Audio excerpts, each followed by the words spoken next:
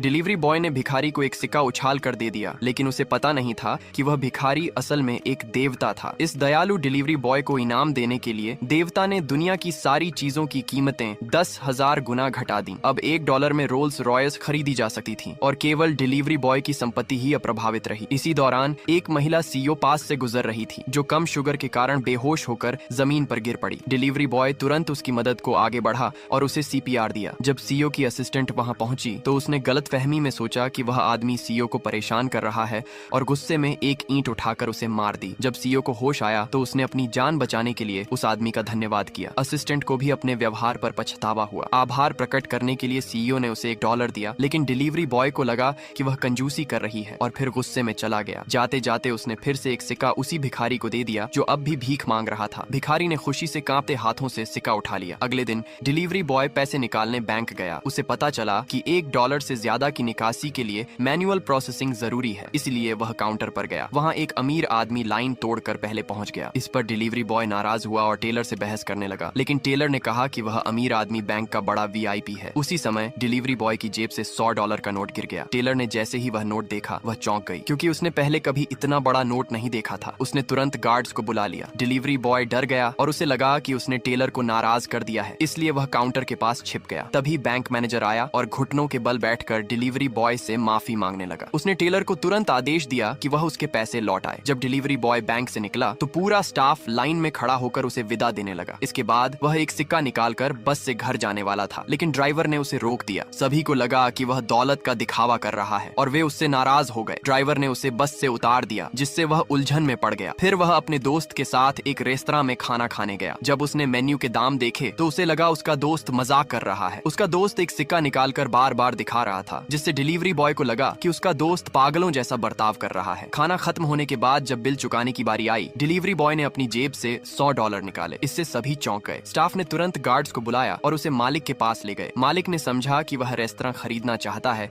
और एक कॉन्ट्रैक्ट निकाल लिया। इससे पहले कि डिलीवरी बॉय कुछ समझ पाता, वह $100 में रेस्तरां का मालिक बन चुका था।